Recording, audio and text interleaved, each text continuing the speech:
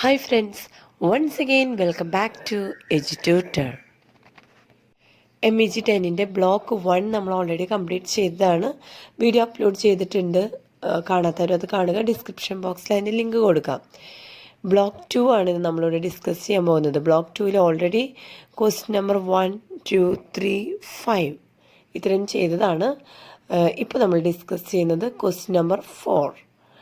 What in Ram Mohan's view is the role of English studies in India?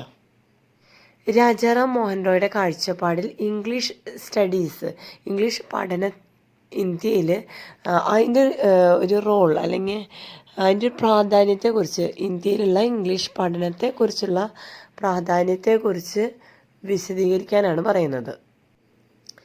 Rajaram Mohan Roy's view on the role of English studies in India. According to Ram Mohan Roy, English studies have a significant role to play in India's progress and modernization. In his letter to Lord Amherst, Roy emphasizes the importance of promoting Western sciences and arts in India. He believes that the indigenous system of instruction is outdated and teaches systems that have no rational or scientific basis. Roy argues that the study of modern sciences and literatures of the West is essential for India's progress and modernization. ഇന്ത്യയുടെ ഒരു വളർച്ച അല്ലെങ്കിൽ പ്രോഗ്രസ്സിന് ഏറ്റവും പ്രധാനപ്പെട്ട ഒരു കാരണം എന്ന് പറയുന്നത് രാജാറാം മോഹൻ റോയുടെ അഭിപ്രായ പ്രകാരം അത് ഇംഗ്ലീഷ് സ്റ്റഡീസ് തന്നെയാണ്. ഇന്ത്യയിൽ യൂറോപ്യൻസ് കൊണ്ടുവന്ന അവരുടെ ഭാഷയും കൾച്ചറും തന്നെയാണ് ഇന്ത്യയുടെ പ്രോഗ്രസ്സിൻ്റെ വലിയൊരു കാരണം എന്നാണ് ഇദ്ദേഹം പറയുന്നത്. ഗവർണറായിട്ടുള്ള ലോർഡ് അംഹെർസ്റ്റിന് റോയ് ഒരു ലെറ്റർ എഴുതുന്നുണ്ട്. അതിന് വളരെ പ്രാധാന്യം കൽപ്പിക്കുന്ന ഒരു ലെറ്ററാണത്. അതിൽ എടുത്തു പറയുന്നത് ഇന്ത്യയിൽ വെസ്റ്റേൺ എഡ്യൂക്കേഷൻ, വെസ്റ്റേൺ കൾച്ചർ കൊണ്ടുവരണം, അത് ഞങ്ങൾക്ക് അഡോപ്റ്റ് ചെയ്യണം എന്ന് റിക്വസ്റ്റ് ചെയ്തുകൊണ്ടുള്ള ഒരു ലെറ്ററാണത്. അവിടെ നമുക്ക് ഓർമ്മയുണ്ടോ നിങ്ങൾക്കെന്ന് അറിയില്ല, സാൻസ്കൃത് ലാംഗ്വേജിനെ ഇദ്ദേഹം തള്ളിക്കളഞ്ഞുകൊണ്ടാണ് ഇംഗ്ലീഷ് എഡ്യൂക്കേഷൻ നമുക്ക് വേണം എന്ന് റിക്വസ്റ്റ് ചെയ്യുന്നത്. അതെന്തുകൊണ്ടാണെന്ന് വെച്ച് കഴിഞ്ഞാൽ അദ്ദേഹം പറയുന്നത് സാൻസ്കൃത് പോലുള്ള ലാംഗ്വേജിനൊന്നും തന്നെ ചെയ്യാനില്ല ഇന്ത്യയിലെ പ്രോഗ്രസ്സിന് വേണ്ടിയിട്ട്. അതേസമയം ഇംഗ്ലീഷ് എഡ്യൂക്കേഷൻ കൊണ്ടുവന്നു കഴിഞ്ഞാൽ ഈ ഔട്ട്ഡേറ്റഡ് ആയിട്ടുള്ള സാൻസ്കൃത് പോലെയുള്ള ഇന്ത്യൻ പഴയ ലാംഗ്വേജസിന് ആ ടീച്ചിങ് സിസ്റ്റത്തിന് ഒരു മാറ്റമുണ്ടാകും. വെസ്റ്റേൺ സയൻസും വെസ്റ്റേൺ കൾച്ചറും അഡോപ്റ്റ് ചെയ്താൽ ഒത്തിരി പുരോഗതികൾ നേടാം എന്നാണ് ഇദ്ദേഹം വാദിക്കുന്നത്. Promoting rational thinking and useful knowledge. Roy's advocacy for English studies is rooted in his desire to promote rational thinking and useful knowledge in India. He believes that the study of English literature and language can help Indians develop critical thinking skills and acquire knowledge that is relevant to the modern world. Roy is particularly critical of the Sanskrit language and literature, which he believes is overly focused on abstract metaphysical questions and subtle grammatical nuances. Roy എപ്പോഴും പ്രാക്ടിക്കലായിട്ട് ചിന്തിക്കുന്ന ഒരു വ്യക്തിയാണ്. അതുകൊണ്ട് തന്നെ ഈ ഒരു വിഷയത്തിലും അദ്ദേഹം പ്രാക്ടിക്കലായിട്ട് തന്നെയാണ് ചിന്തിക്കുന്നത്. കാരണം സാൻസ്കൃത് പോലുള്ള ലിറ്ററേച്ചേഴ്സ് അവർ റാഷണലായിട്ടൊന്നും ചിന്തിക്കുന്നില്ല. അവർ ജസ്റ്റ് മെറ്റാഫിസിക്കൽ ക്വസ്റ്റ്യൻസിൽ മാത്രമാണ് ഫോക്കസ് ചെയ്യുന്നത്.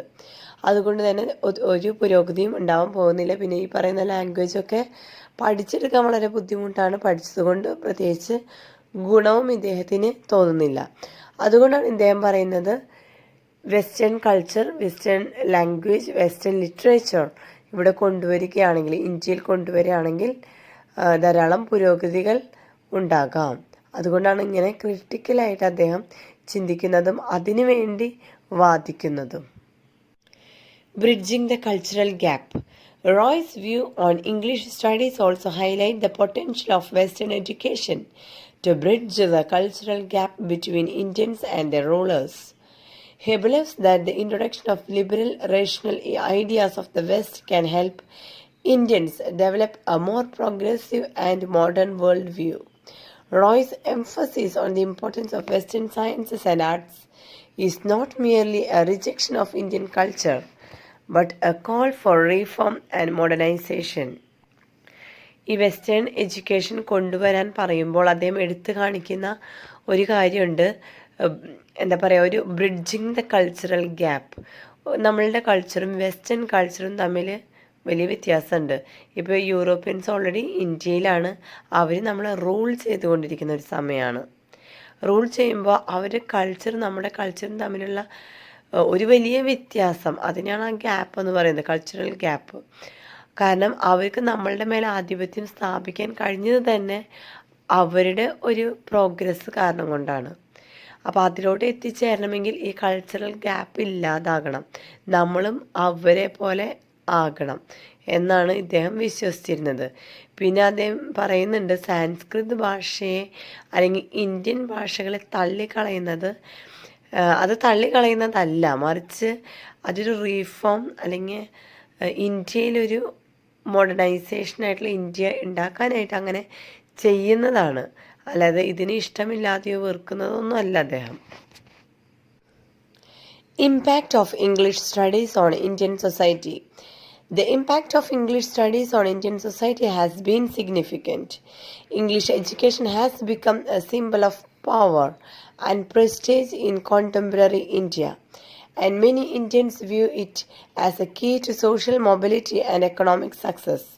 However, this has also led to a dichotomy between those who have access to English education and those who do not. English education ഇന്ത്യയിൽ കൊണ്ടുവന്ന മാറ്റം ചില്ലറയൊന്നുമല്ല. നിലവിൽ ഇംഗ്ലീഷ് എഡ്യൂക്കേഷൻ ഇല്ലാതെ തന്നെ നമുക്ക് പറ്റില്ല എന്നുള്ള അവസ്ഥയിൽ വന്നിട്ടുണ്ട്.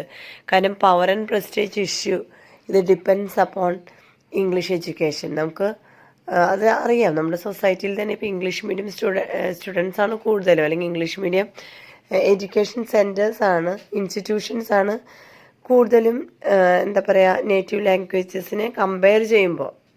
കാരണം അത്രയ്ക്കധികം പ്രാധാന്യം ഇത് കൽപ്പിക്കുന്നുണ്ട്. Conclusion. In conclusion, Raja Ram Mohan Roy's view on the role of English studies in India highlight the potential of Western education to promote rational thinking, useful knowledge and modernization. While Roy's advocacy for English studies was influenced by the colonial context, his emphasis on the importance of Western sciences and arts remains relevant today. As India continues to grapple with the challenges of modernization and development, Roy's ideas about the role of English studies in promoting progress and modernization remain an important part of the country's educational landscape. Concluding പാർട്ടിലോട്ട് വരുമ്പോൾ നമ്മൾ ഇത്രയും പറഞ്ഞ കാര്യങ്ങളൊന്ന് summarise ചെയ്യുകയാണ്. രാജാറാം മോഹൻ റോയ് എങ്ങനെയാണോ English എഡ്യൂക്കേഷനെ കണ്ടിരുന്നത്, ഇന്ത്യയുടെ ഒരു പ്രോഗ്രസ്സിനും മോഡേണൈസേഷനും വേണ്ടിയാണ് അദ്ദേഹം യൂറോപ്യൻ ലാംഗ്വേജിനെ അഡോപ്റ്റ് ചെയ്യാനായിട്ട് ആർഗ്യൂ ചെയ്തിട്ടുണ്ടായിരുന്നത്. അതുപോലെ വെസ്റ്റേൺ സയൻസും ആർട്സും ഒക്കെ ഇന്ത്യയിൽ കൊണ്ടുവന്ന മാറ്റങ്ങൾ വളരെ വലുതാണ്. അതിൻ്റെയൊക്കെ പുറകിൽ രാജാറാം മോഹൻ റോയ് പോലെയുള്ള ലീഡേഴ്സ് തന്നെയാണ്. പിന്നെ ഇപ്പോഴും നിലവിലും എന്താ പറയുക, ഇന്ത്യയുടെ പ്രോഗ്രസ്സിന് വേണ്ടിയിട്ട് പല വിധത്തിലും പല മാർഗങ്ങളിലും നമ്മൾ പ്രോഗ്രസ്സിന് വേണ്ടി പ്രയത്നിക്കുന്നുണ്ട്.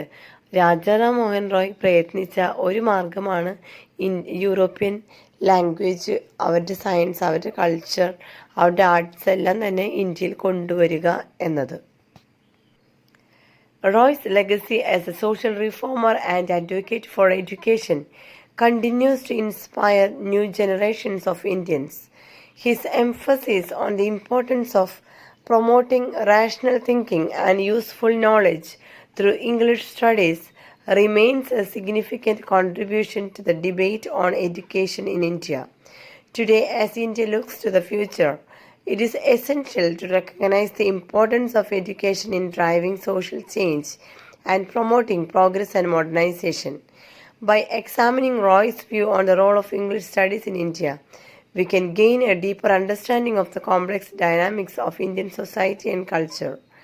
Roy's ideas about education and social reform continues to be relevant today, and his legacy serves as a reminder of the importance of promoting rational thinking and modernisation in Indian society.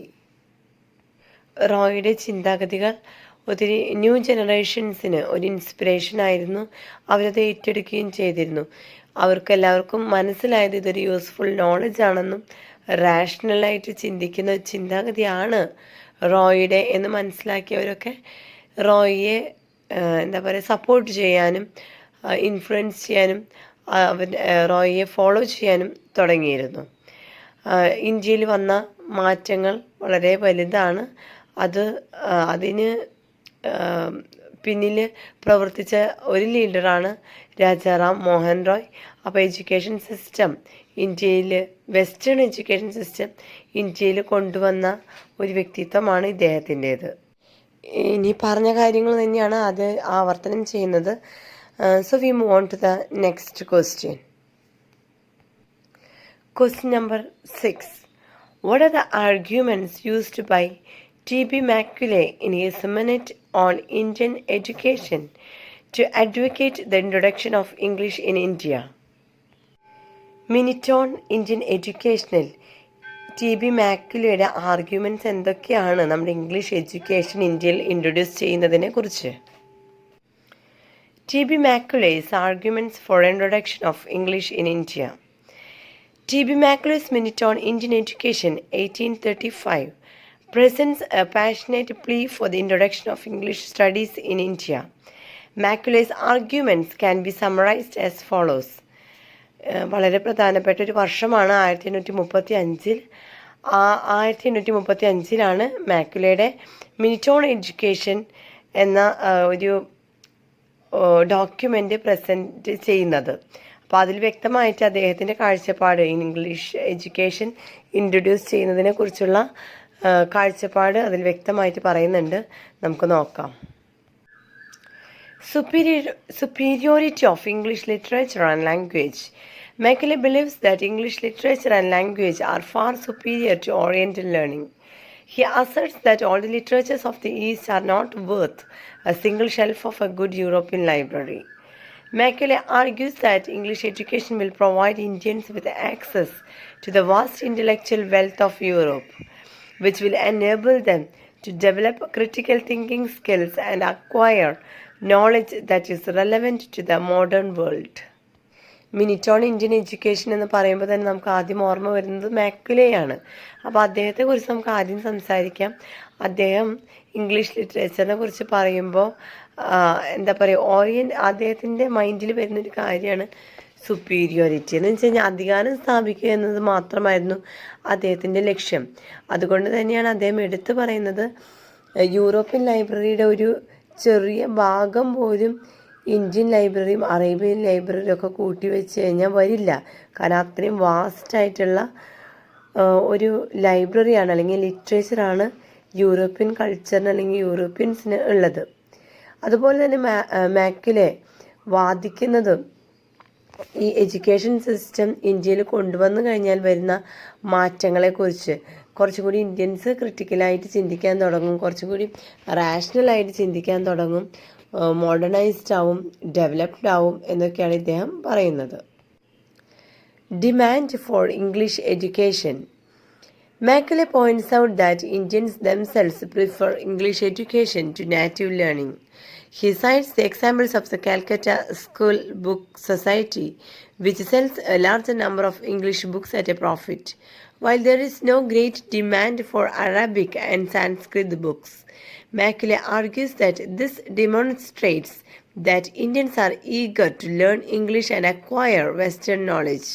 മാക്കുലയുടെ ഒരു observation പ്രകാരം ഇന്ത്യയിൽ കൂടുതലും യൂറോപ്യൻസിൻ്റെ അല്ലെങ്കിൽ European ലാംഗ്വേജിൻ്റെ ആവശ്യകതയെക്കുറിച്ചിട്ട് പറയുകയാണ്.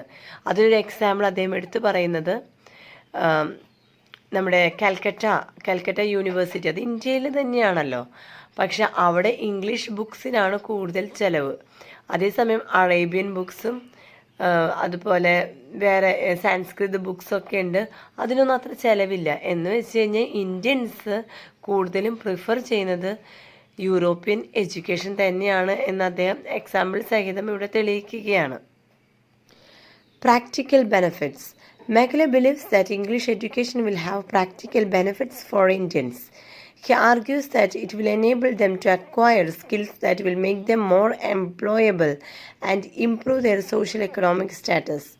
Macaulay also points out that English will become the language of commerce throughout the seas of the East, and therefore knowledge of English will be essential for Indians who want to participate in trade and commerce. പ്രാക്ടിക്കലായിട്ട് ചിന്തിക്കുകയാണെങ്കിലും European language മുഖേന ഇന്ത്യയിൽ വരുന്ന benefits അത് ധാരാളമാണ്. കാരണം എക്കണോമിക്കായിട്ട് സോഷ്യലായിട്ട് നമ്മൾ ഇന്ത്യയിൽ വെറുതെ ഡെവലപ്മെൻ്റ് അല്ല ഉണ്ടാകുന്നത്, പക്ഷേ അതിനൊരു പ്രോഗ്രസ് എന്ന് പറയുന്നത് അത്രയും വാസ്റ്റായിട്ട് ചിന്തിക്കേണ്ട ഒരു കാര്യമാണ് എന്നാണ് അദ്ദേഹം പറയുന്നത്. നമുക്ക് അറിയാം ഇംഗ്ലീഷ് എഡ്യൂക്കേഷൻ മുഖേന ഒത്തിരി ട്രേഡ് നടത്താനായിട്ട് പറ്റുന്നുണ്ട്. ഓക്കെ, അപ്പോൾ ഗ്ലോബലി ആയാലും എന്താ പറയുക ഇൻ്റർനാഷണലി നമുക്ക് അവരായിട്ട് കോണ്ടാക്ട് ചെയ്യാൻ പറ്റും, നമുക്ക് കമേഴ്ഷ്യലി നമുക്ക് അവരായിട്ട് മീറ്റ് ചെയ്യാൻ പറ്റും. അങ്ങനെ ധാരാളം സാമ്പത്തികമായിട്ടുള്ള നേട്ടങ്ങളും ഇതിലുണ്ട്. Cultural assimilation. Macaulay's ultimate goal is to create a class of Indians who are Indian in blood and color, but English in taste, in opinions, in morals, and in intellect. He believes that English education will enable Indians to adopt Western values and customs, which will help to bridge the cultural gap between Indians and their British rulers. മാക്കുലെ പോലുള്ള prominent personalities ഒന്നും വെറുതെ അല്ല European ലാംഗ്വേജും കൾച്ചറും ഇന്ത്യൻസിനെ പഠിപ്പിക്കാൻ തയ്യാറാകുന്നത്. അവർക്ക് അവരുടേതായ ഒരു വലിയ നേട്ടം മൈൻഡിലുണ്ട്. മെയിനായിട്ട് അതിനു വേണ്ടി അവർ ഇന്ത്യൻസിനെ ഒരുക്കുന്നത് ഇന്ത്യൻസിനെ യൂറോപ്യൻ കൾച്ചറും യൂറോപ്യൻ ലാംഗ്വേജും ഒക്കെ പഠിപ്പിക്കുന്നത് മുഖേന ഇന്ത്യൻസ് വെറുതെ ബ്ലഡും കളറും മാത്രം ഇന്ത്യൻസ് ആയിട്ടിരിക്കണം. അതേസമയം ഇംഗ്ലീഷ് ആയിരിക്കണം അവരുടെ ടേസ്റ്റ്, അവരുടെ ഒപ്പീനിയൻ, അവരുടെ മോറൽസ്, അവരുടെ ഇൻ്റലക്ച്വൽ പവർ, ഇതൊക്കെ ഇംഗ്ലീഷിലായിരിക്കണം. എന്ന് വെച്ച് കഴിഞ്ഞാൽ നമ്മളുടെ ചിന്താഗതികളൊക്കെ യൂറോപ്യൻസിൻ്റെ പോലെയും എന്നാൽ നമ്മളുടെ ഒറിജിനൽ നമ്മൾ ആരാണ്? ഇന്ത്യൻസ് തന്നെയാണ്. ഇതായിരിക്കണം അല്ലെങ്കിൽ ഇതാണ് എന്നാണ് മാക്കുലെയൊക്കെ ചിന്തിക്കുന്നത്. അല്ലെങ്കിൽ അവരങ്ങനെയാണ് ഇന്ത്യൻസിനെ കണ്ടുകൊണ്ടിരിക്കുന്നത്. പിന്നെ അദ്ദേഹത്തിന് വളരെ വ്യക്തമായിട്ട് അറിയാം ഒരു ബ്രിഡ്ജ് ദ കൾച്ചറൽ ഗ്യാപ്പ് എന്ന് പറഞ്ഞു കഴിഞ്ഞാൽ കൾച്ചറലായിട്ട് വലിയ ഒരു ഗ്യാപ്പുണ്ട് ഇന്ത്യൻസും അവരുടെ ബ്രിട്ടീഷ് റൂളേഴ്സും തമ്മിൽ. Imperial interest. Macaulay's arguments are also motivated by imperial interest. He believes that English education will help to consolidate British power in India by creating a class of Indians who are loyal to the British crown. Macaulay argues that English education will enable Indians to appreciate the benefits of British rule and will help to promote stability and order in India. മാക്കുലയുടെ ഒരു argument പ്രകാരം അദ്ദേഹത്തിന് ഇന്ത്യയുടെ മേലെ ആധിപത്യം സ്ഥാപിക്കാൻ അല്ലെങ്കിൽ ഒരു ruler അല്ലെങ്കിൽ ഒരു ലീഡർ എന്ന ഒരു പദവിയൊക്കെ ആയിരുന്നു അദ്ദേഹം ആഗ്രഹിച്ചിരുന്നത്. ഇംഗ്ലീഷ് എഡ്യൂക്കേഷൻ ഇന്ത്യയിൽ കൊണ്ടുവരുന്നതിലൂടെ ബ്രിട്ടീഷ് പവർ കൂടും, അപ്പോൾ ഇന്ത്യൻസിനൊക്കെ സബോർഡിനേറ്റ് ആയിട്ട് വെക്കാം എന്നായിരുന്നു ഇവർ ചിന്തിച്ചു കൊണ്ടിരുന്നത്. അങ്ങനെ ഇന്ത്യൻസിനെ കൊണ്ട് തന്നെ ബ്രിട്ടീഷേഴ്സിനും ബെനിഫിറ്റ്സ് ഉണ്ടാക്കും വിധം ഇന്ത്യൻസിനെ യൂറോപ്യൻ ലാംഗ്വേജും കൾച്ചറും പഠിപ്പിക്കുക, അതുപോലെ അവിടെ ഒരു ഡിവിഷൻ ഉണ്ടാക്കുക എന്നൊക്കെയായിരുന്നു ഇവരുടെ ചിന്താഗതികൾ. Conclusion. In conclusion, Macaulay's Minute on Indian Education presents a strong case for the introduction of English studies in India.